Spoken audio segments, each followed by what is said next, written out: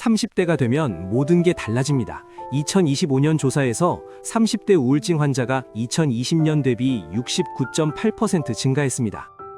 스트레스를 경험한 30대는 전체의 73.6%였죠. 이건 단순한 숫자가 아닙니다. 당신 옆에 있는 10명 중 7명이 힘들어하고 있다는 뜻이거든요. 왜 30대가 이렇게 힘든 걸까요? 그리고 우리는 어떻게 이 시기를 건강하게 통과할 수 있을까요? 오늘은 심리학적 관점에서 30대가 경험하는 내면의 변화와 그 대응법을 함께 살펴보겠습니다.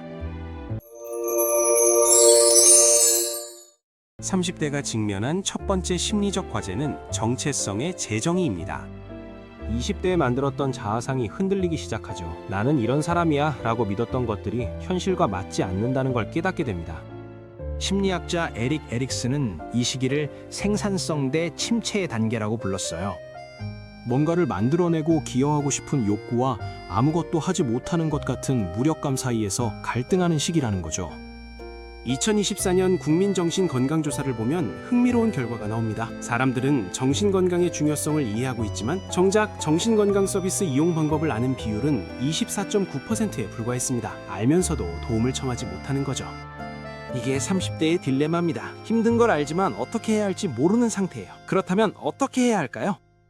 먼저 자기 자신을 있는 그대로 받아들이는 연습이 필요합니다. 완벽할 필요 없어요. 실수해도 괜찮고 때로는 무너져도 괜찮습니다. 심리학에서는 이걸 자기 수용이라고 부르는데 자기 비판을 멈추고 자기 연민을 실천하는 겁니다. 명상이나 글쓰기를 통해 자신의 감정을 들여다보세요. 하루 10분이면 충분합니다. 돈 이야기를 빼놓을 수 없죠. 하지만 심리학적 관점에서 보면 돈은 단순히 숫자가 아닙니다. 돈은 안정감이고 자유이고 선택권이거든요. 2025년 통계청 자료를 보면 30대 평균 자산은 2억 5천만 원이지만 중간값은 훨씬 낮습니다. 행동경제학자 댄 에리얼리의 연구를 보면 사람들은 돈을 쓸 때 손실 회피 편향 때문에 큰 스트레스를 받는다고 합니다. 30대에게 필요한 건 재테크 기술이 아니라 돈과의 건강한 관계 맺기입니다. 매달 소득의 10%에서 20%를 미래를 위해 저축하세요. 완벽한 투자 전략보다 꾸준한 습관이 더 중요합니다. 연금 저축이나 IRP 같은 세제 혜택 상품부터 시작하는 게 심리적으로 부담이 덜하죠. 일에 대한 생각도 바뀌어야 합니다. 2025년 11월 기준 30대 쉬어스 민구가 31만 4천 명으로 역대 최대치를 기록했습니다. 일을 쉬는 게 문제가 아니에요. 문제는 방향을 잃었다는 느낌이죠. 심리학자 미하이 칙센트미하이는 몰입 개념을 제시했습니다. 일할 때 시간 가는 줄 모르는 경험 있으시죠? 그게 몰입입니다. 30대에는 이런 몰입을 경험할 수 있는 일을 찾아야 해요. 연봉이 높은 일보다 의미 있는 일이 장기적으로 행복도가 높습니다. 커리어 전환을 고민한다면 작은 실험부터 시작하세요.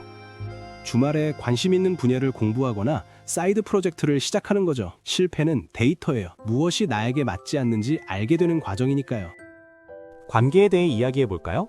하버드 성인 발달 연구는 80년 넘게 사람들을 추적했고 명확한 결론을 냈습니다. 행복의 가장 큰 예측 변수는 좋은 관계였어요. 50대의 관계에 만족했던 사람들이 80대에 가장 건강했죠. 30대가 되면 관계가 자연스럽게 줄어듭니다. 심리학적으로 이건 자연스러운 과정이에요. 관계의 양이 아니라 질이 중요해지는 시기거든요. 30대에는 이 핵심 관계에 집중하세요. SNS 친구 500명보다 힘들 때 전화할 수 있는 친구 5명이 더 중요합니다. 취약성을 보여주세요. 심리학자 브레네 브라운의 연구를 보면 사람들은 완벽한 모습보다 진짜 모습에 더 끌린다고 해요. 2024년 혼인 건수가 증가했지만 30대 미혼율은 51.3%입니다. 중요한 건 형태가 아니라 질입니다. 결혼이든 솔로든 건강한 관계가 더 중요해요. 건강 이야기로 넘어가 볼까요? 30대는 몸과 마음이 함께 변하는 시기입니다. 신체적으로는 근육이 35세를 전후로 감소하고 심리적으로는 스트레스 반응이 강해지죠. 2024년 조사에서 지난 1년간 정신건강 문제를 경험한 비율이 73.6%였습니다. 심각한 스트레스는 46.3%, 지속되는 우울감은 40.2%였어요. 심신연계로 이해하는 게 중요합니다. 운동하면 엔도르핀이 나와 기분이 좋아지고 명상하면 코르티솔이 줄어들어 스트레스가 감소하거든요. 2026년 1월 조사에서 생활체육 참여율이 62.9%였습니다.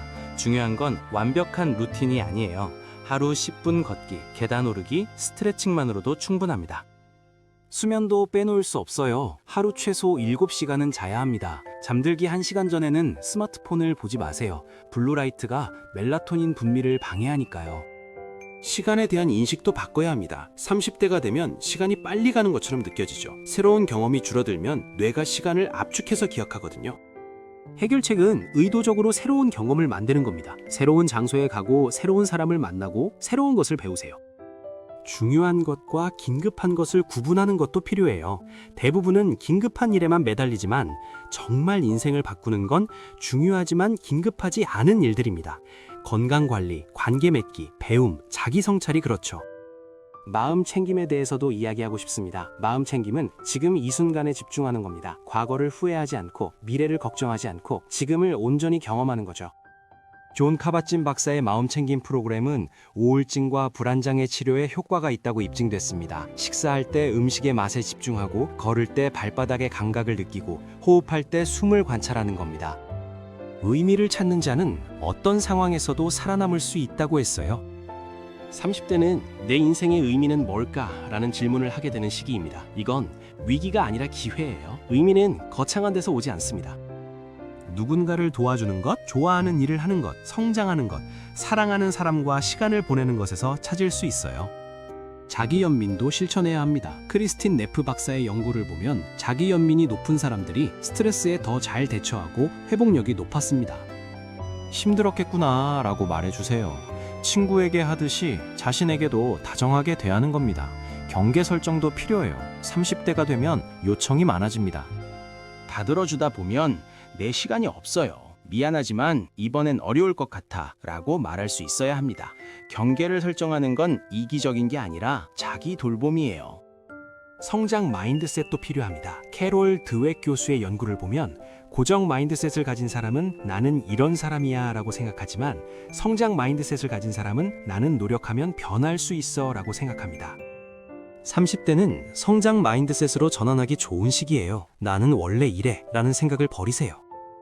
사람은 언제든 변할 수 있습니다. 뇌의 가소성 연구를 보면 뇌는 평생 변화하고 발달합니다. 새로운 걸 배우는 게 늦은 나이는 없어요. 마지막으로 통합에 대해 이야기하고 싶습니다. 지금까지 이야기한 모든 것들은 따로 있는 게 아닙니다. 다 연결되어 있어요. 건강이 좋아야 일도 잘하고, 일을 잘해야 자존감이 올라가고, 자존감이 높아야 관계도 좋아지고, 관계가 좋아야 행복하고, 행복해야 건강해집니다. 선순환을 만드는 겁니다. 작은 것 하나만 바꿔도 전체가 변할 수 있어요. 30대는 완벽해질 필요 없습니다. 완벽한 사람은 없으니까요. 하지만 의도를 가지고 살아야 합니다. 그냥 흘러가는 대로 사는 게 아니라 내가 어디로 가고 있는지 아는 거죠. 심리학자 칼 융은 인생의 전반부는 타인을 위한 것이고 후반부는 자기 자신을 위한 것이라고 했습니다. 30대는 그 전환점입니다. 이제 남들이 원하는 삶이 아니라 내가 원하는 삶을 살 시간이에요. 10년 후 당신이 돌아봤을 때 그때나 참 잘했어 라고 말할 수 있도록 지금부터 조금씩 움직이세요. 거창한 계획 필요 없습니다. 오늘 할 수 있는 작은 것부터 시작하세요. 5분 명상, 친구에게 연락하기, 산책하기, 일기 쓰기 이런 것들로요. 작은 행동들이 쌓여서 큰 변화를 만듭니다. 당신의 30대가 의미 있고 건강하기를 진심으로 바랍니다.